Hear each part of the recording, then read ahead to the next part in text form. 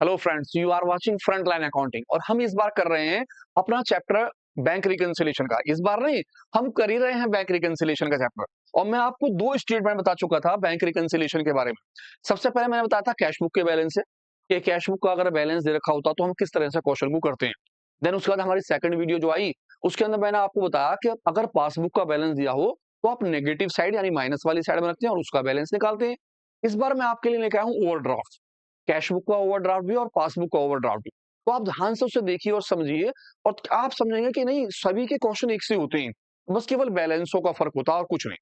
आप सबसे पहला ध्यान रखिए कि आप जब भी क्वेश्चन करें तो सबसे पहले फॉर्मेट बनाएं।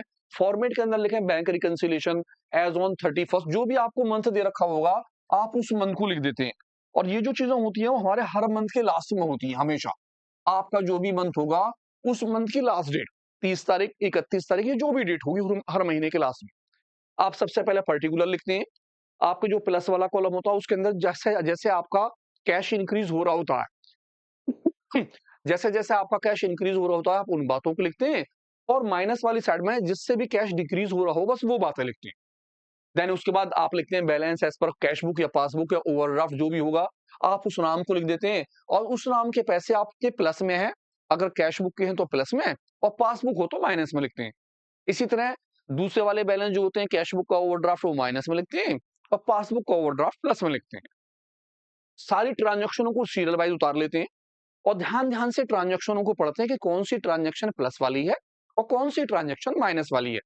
जब आप कर देते हैं आंसर, तो आप ये देखते हैं कि आपके जो बैलेंस थे, अगर आपने क्वेश्चन किससे करा होता है, बैलेंस एज पर किससे, कैश बुक से, तो आपका आंसर निकल के आता है बैलेंस एज पर पासबुक।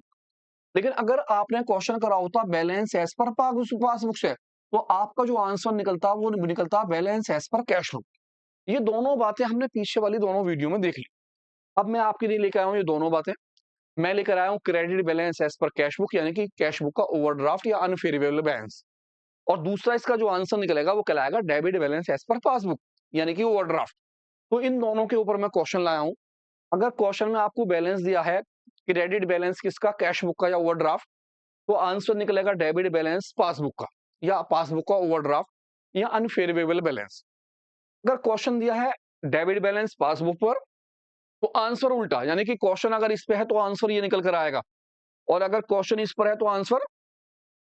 अब ध्यान से आपको क्या रखना है, अगर कैश बुक का ओवरड्राफ्ट है तो आप कैश बुक लिखते हो प्लस में, ओवरड्राफ्ट का आंसर लिखोगे माइनस में।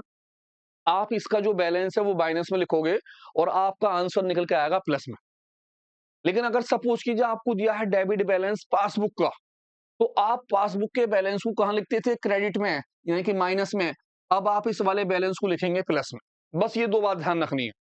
ऊपर के बैलेंस के लिए जो सबसे ऊपर टॉप का बैलेंस होगा, अगर वो कैश बुक का ओवरड्राफ्ट है तो आप उसे किस में लिखेंगे, माइनस वाले कॉलम में। लेकिन अगर पासबुक का ओवरड्राफ्ट होगा तो आप उसे लिखेंगे प्लस वाले कॉलम में। और देन फिर क्वेश्चन निकालेंगे। तो दो क्वेश्चन ध्यान से देखिए, बहुत आराम इत्मीनान से देखिए। उसके बाद आप देखेंगे यार सारी वीडियो एक सी थी, सभी के टॉपिक सेम थे, बस आपको केवल बैलेंसिंग पर ध्यान रखना है। बाकी सोचने का तरीका वही है। अगर किसी भी डीलिंग से आप पैसे डिपॉजिट करते हैं बैंक में और वो चेक नहीं आ पाता, तो आपका बैलेंस डिक्रीज ही होना है। अगर आप चेक किसी को इशू करते हैं और वो आदमी पैसे लेकर नहीं जाता, तो आपका बैलेंस इंक्रीज ही होगा। इंटरेस्ट अगर बैंक आपको देगा तो प्लस होगा और बैंक आपसे चार्ज करेगा तो माइनस होगा। अब चार्ज कब होगा, जी हाँ, अगर पासबुक का या कैश बुक का बैलेंस होता है तो इंटरेस्ट आपको मिलता है, क्योंकि आपके पैसे ऑलरेडी उसमें हैं, तो आपको इंटरेस्ट रिसीव होता है, आप उसे प्लस में लिखते हो। लेकिन अगर कैश बुक का ओवरड्राफ्ट हो या फिर पासबुक का ओवरड्राफ्ट है, तो ओवरड्राफ्ट का मतलब तो क्रेडिट कार्ड हो गया। इसका मतलब है कि आपका पैसा बैंक में नहीं है, आप बैंक का पैसा यूज कर रहे हैं। जब आप बैंक का पैसा यूज करेंगे तो इंटरेस्ट आप पे करेंगे। इस कंडीशन में, यानी कि ओवरड्राफ्ट वाली कंडीशनों के अंदर इंटरेस्ट माइनस होता है, ना कि प्लस। बस ये बात ध्यान रखनी है। बाकी सारी बातें वही, अगर कोई डायरेक्ट डिपॉजिट करेगा आपके खाते में तो प्लस होगा, अगर आपको किसी भी तरह से बैंक चार्जेस होगा तो वो माइनस होगा। बस यही बात है। ध्यान से क्वेश्चन देखते हैं, जुड़े रहिए मेरे साथ फ्रंट लाइन अकाउंटिंग पर। देखते हैं ध्यान से इस क्वेश्चन को। क्या है मेरा क्वेश्चन, कैश बुक का ओवरड्राफ्ट अनफेयरेबल बैलेंस, किस बस का, कैश बुक का। क्या कहता, ऑन 31 दिसंबर 2022 कैश बुक थी मोहन की और उसका ओवरड्राफ्ट था 18,000 रुपए का। यानी कि मेरा सबसे पहला बैलेंस होगा balance as per cash book overdraft 18,000। अब ये ओवरड्राफ्ट का पैसा जो होगा, मैं जब बैलेंस लिखूंगा तो मैं किस कॉलम में लिखूंगा? माइनस वाले कॉलम में। मुझे ये ध्यान रखना है। आगे पढ़ता हूं मैं। कहता the balance did not agree, वो अपने बैलेंस से एग्री नहीं थे। क्यों नहीं थे? The balance show by the bank passbook you find the Mohan had paid, Mohan जो थे उन्होंने पेड करे इनटू बैंक के अंदर 26 दिसंबर में। हम जो बना रहे हैं वो कब बना रहे हैं? 31 दिसंबर में। 26 दिसंबर में 4 चेक, 4 चेक उन्होंने क्या करे? पेड करे। यानी कि अपने बैंक में पैसे, चेक जो थे पेड करे। पहला चेक था 10,000 रुपए का, दूसरा चेक था 12,000 का, तीसरा चेक 6,000 का और फिर 8,000 रुपए का। Of these cheque of 6,000 was credited by the bank January. यानी कि ये वाला चेक जो है जनवरी में आया। मोहन जो थे उन्होंने बैंक में 4 चेक जमा करे। पहला चेक जो था 10,000 का था, फिर 12,000 का था, फिर 6,000 का था, फिर 8,000 का। चारों चेक बैंक में जमा कर दिए। अब जब बैंक पहुंचे और बैंक से स्टेटमेंट मिलाई तो पता चला कि आपका 6,000 वाला चेक वो कौन सी डेट में आया? जनवरी में। इसका मतलब है आपके दिसंबर के अंदर तो वो चेक नहीं आया। जब आपके पास चेक नहीं आया तो आपका बैलेंस क्या हो जाएगा? उससे डिक्रीज। क्योंकि आप तो सोच रहे थे कि चारों चेकों के पैसे आ चुके, लेकिन कितनी चेक के पैसे आए? 3 चेक के पैसे 31 दिसंबर तक। अब जो चेक जनवरी में आया वो तो जनवरी में देखा जाएगा, तो दिसंबर में आपको एक चेक का क्या हुआ? नुकसान। तो हम इस पैसे को किस में लिखेंगे? जी, माइनस के कॉलम के अंदर। नेक्स्ट, आगे पढ़ना स्टार्ट करता हूं। कहता मोहन, मोहन हैड, मोहन ने क्या करे? इशू करे।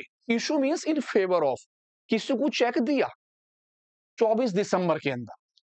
चेक 15,000 रुपए का, 12,000 रुपए का और कितने का? 7,000 रुपए का। मोहन ने 3 चेक इशू करे, दे दिए चेक। द फर्स्ट 2 चेक, जो शुरू के 2 चेक थे, वर प्रेजेंट, वो प्रेजेंट हुए किसमें? बैंक में फॉर पेमेंट। कब? दिसंबर के अंदर। यानी कि 2 चेकों के पैसे के जो थे, फर्स्ट 2 चेक वो तो दिसंबर में ले गए पैसे। एंड द थर्ड चेक, तीसरा चेक जो था वो कब हुआ?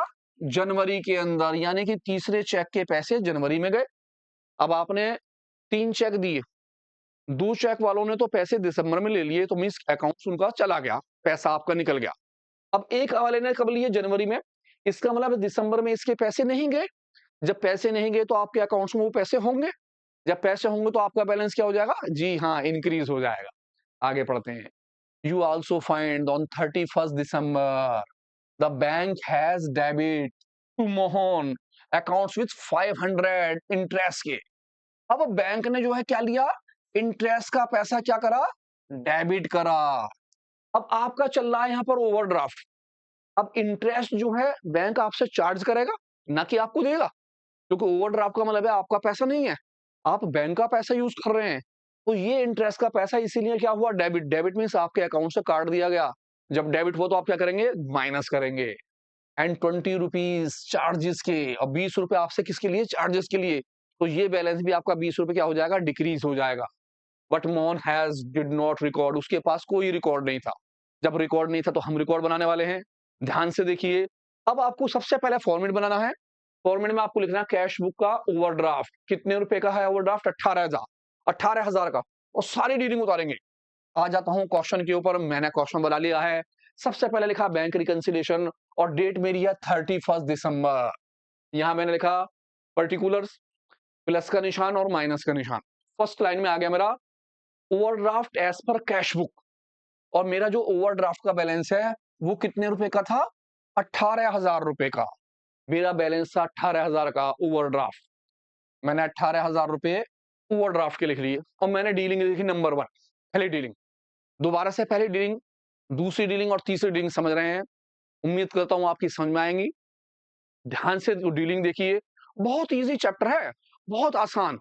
बस आपको ये सोचना है कि इस डीलिंग से मेरा बैलेंस इंक्रीज हो रहा है तो मैं प्लस कर दूं, और मेरा बैलेंस डिक्रीज हो रहा है तो माइनस कर दूं।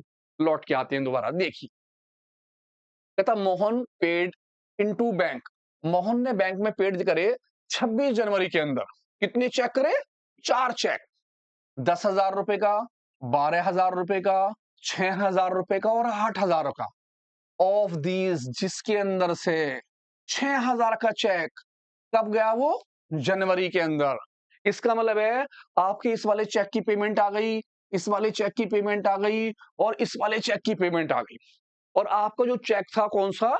6,000 वाला, उसकी पेमेंट कब आई? जनवरी में। इसका मतलब दिसंबर में उसकी पेमेंट नहीं आई, तो आपको नुकसान हो गया कितने रुपए का? 6,000 का। यानी आपके अकाउंट में 6,000 रुपए नहीं आए, आपको नुकसान हो गया। आगे आ जाते हैं सेकंड डीलिंग के अंदर। क्या कहता है? मोहन हैड इशू, मोहन ने इशू करे इन फेवर ऑफ, किसी को दिए कितने? 3 चेक। पहला चेक था 15,000 का, दूसरा था 12,000 का और तीसरा था 7,000 रुपए का। फर्स्ट 2 चेक, आपके 2 चेक क्या हो गए? प्रेजेंट हो गए। कहता पेमेंट के लिए कब? दिसंबर के अंदर। दिसंबर में वो अपने पैसे ले गए। थर्ड चेक, तीसरा वाला चेक जो था वो कब आया? जनवरी में। इसका मतलब ये हुआ कि इसने भी पेमेंट ले ली, इसने भी पेमेंट ले ली, इसने पेमेंट नहीं ली, तो जो आदमी पेमेंट नहीं लेके गया उसका पैसा मेरे पास रखा होगा। अगर है तो इसी से मेरा बैलेंस क्या हो जाएगा? इंक्रीज। इसीलिए मैंने 7,000 यानी कि तीसरे वाले चेक को अपने पास क्या कर लिया? प्लस में, क्योंकि मेरे पास उसका बैलेंस है और इससे मेरा बैलेंस इंक्रीज हो जाएगा। Third dealing on 31 December, bank has debit, bank ने डेबिट करे। किसके पैसे करे? 500 रुपए इंटरेस्ट के। अब इंटरेस्ट का पैसा आप देंगे क्योंकि आप किस में काम कर रहे हैं? ओवरड्राफ्ट में। तो आपका पैसा 500 रुपए से क्या हो जाएगा? डिक्रीज हो जाएगा। इसी के साथ साथ 20 रुपए जो थे वो किस चीज के थे? चार्जेस के। आपसे चार्जेस काटा। कभी कभी क्या होता है, बैंक वाले हमसे चार्जेस काटते हैं। For example SMS charges, for example cash book के चार्जेस, पासबुक के चार्जेस, या कभी कभी क्या होता है जो हम चेक्स वगैरह लेते हैं उनकी डीलिंग के चार्जेस भी कटते हैं। और बहुत सी बार तो आपने देखा होगा जब आप बैंक से पैसे निकालते हैं और 50,000 से ज्यादा पैसा निकाल लेते हैं तो आप उसके ऊपर चार्जेस देते हैं। चार्जेस जमा करने पे भी लगते हैं और निकालने पर भी। इसी तरह से कभी कभी आप ऑनलाइन ट्रांजेक्शन करते हैं, जब आप ऑनलाइन ट्रांजेक्शन करते हैं तो उस पर भी कुछ पैसे काटे जाते हैं। अगर आप एटीएम कार्ड से अपना कुछ पैसे की डीलिंग ज्यादा कर लेते हैं, जैसे कुछ लिमिटेड डीलिंग होती है।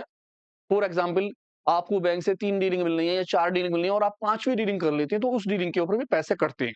कभी कभी क्या होता है, आपका बैंक पीएनबी है और आप ओबीसी से पैसे निकाल रहे होते हैं अदर बैंक से, तो आपके वहां पर भी चार्जेस कट जाते हैं। तो इसी तरह से जो चार्जेस होते हैं वो आपके बैलेंस को क्या कर देते हैं? डिक्रीज। तो 20 रुपए क्या हो जाएंगे मेरे? माइनस। मैंने 20 रुपए किस में कर दिए? माइनस में। सारी डीलिंग हो चुकी है। मेरा बैलेंस था overdraft as per cash book. मेरा आंसर निकलेगा overdraft as per passbook, overdraft as per passbook. और मैं आंसर निकालने वाला हूं, मैं पहले कितना टोटल कर रहा हूं, मेरे इसी साइड का टोटल ज्यादा हो गया। 18 और 2 20 4 24, 24,520, 24,520। इसी बैलेंस को मैंने यहां रख दिया 24,520 रुपए। और इसमें से मैं 7,000 कर दूंगा माइनस। 24,520 में से मैंने 7,000 कर दिए माइनस।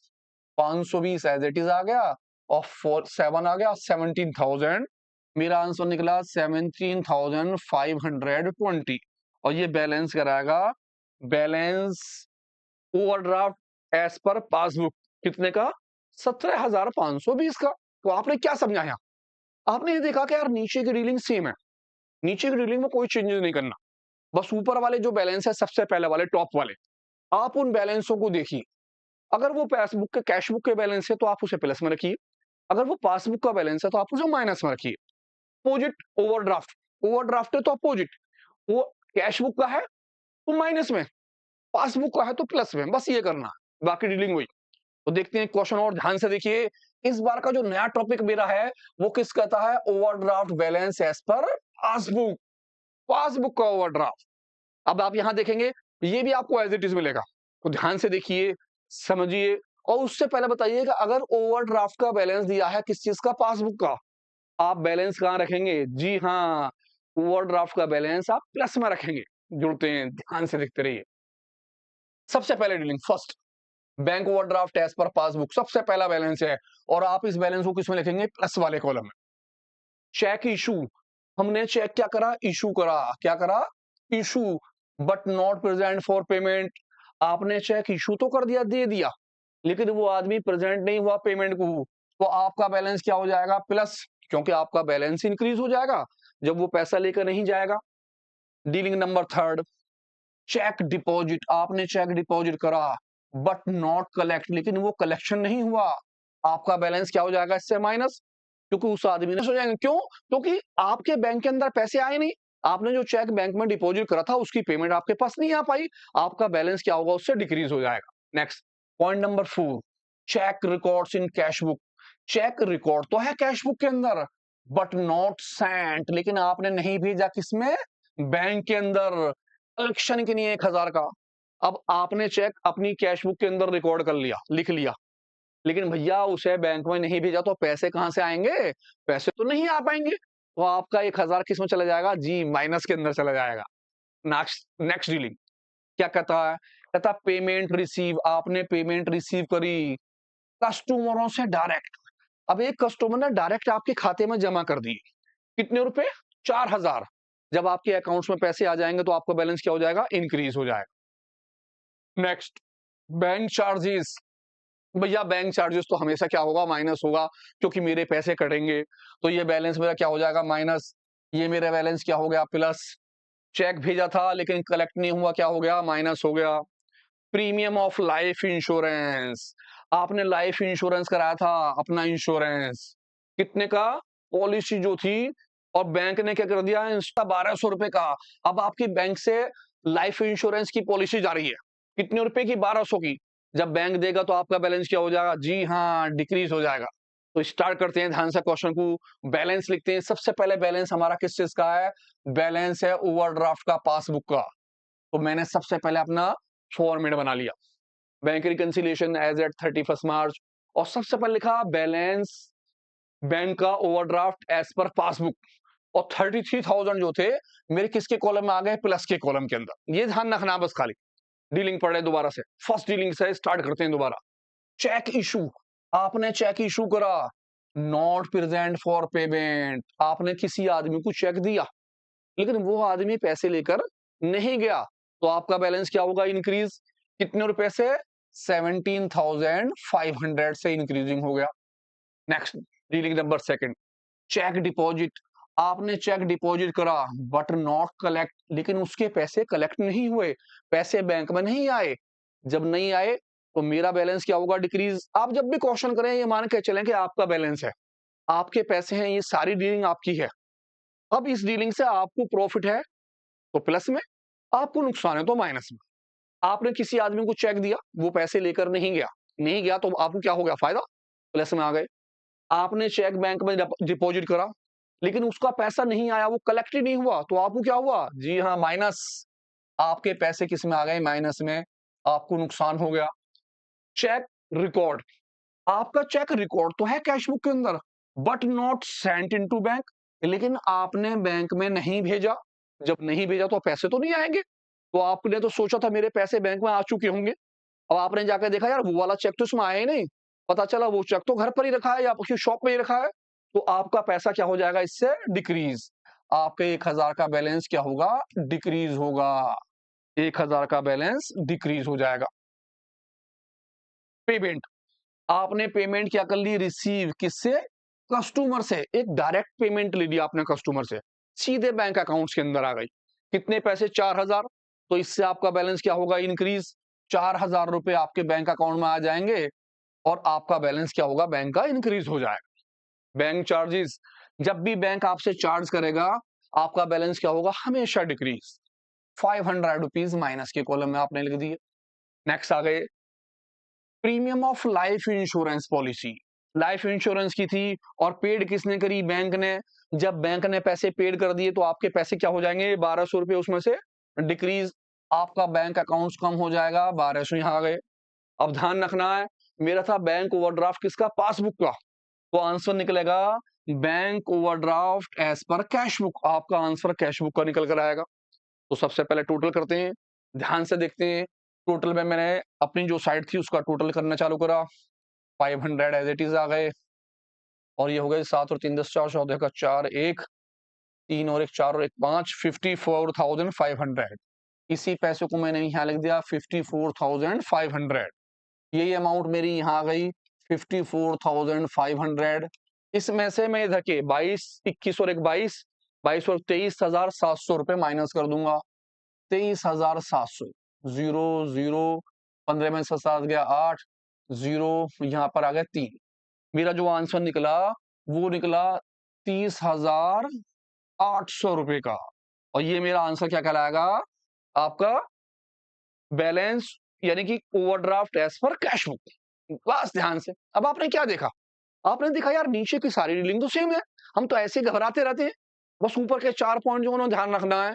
अगर आपका कैश बुक का बैलेंस है, कौन से वाले, जो हमने शुरू के करे थे 4, सबसे शुरू में 4 आपने यहां देखी, चारों पॉइंट ये वाले, इन चारों पॉइंटों को देखना है। अगर आपका कैश बुक का बैलेंस है तो आप उसे प्लस के कॉलम में लिखेंगे और अपना एज इट इज क्वेश्चन करेंगे। अगर उसने आपको बैलेंस दिया है पासबुक का तो आप उसे किस में लिखेंगे, माइनस वाले कॉलम के लिखेंगे और सारी डीलिंग एज इट इज करेंगे।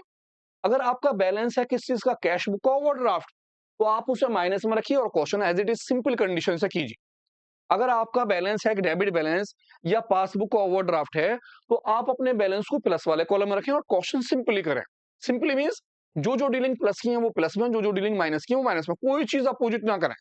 और जुड़े रहें ऐसी वीडियो के लिए हमारे साथ फ्रंट लाइन अकाउंटिंग पर।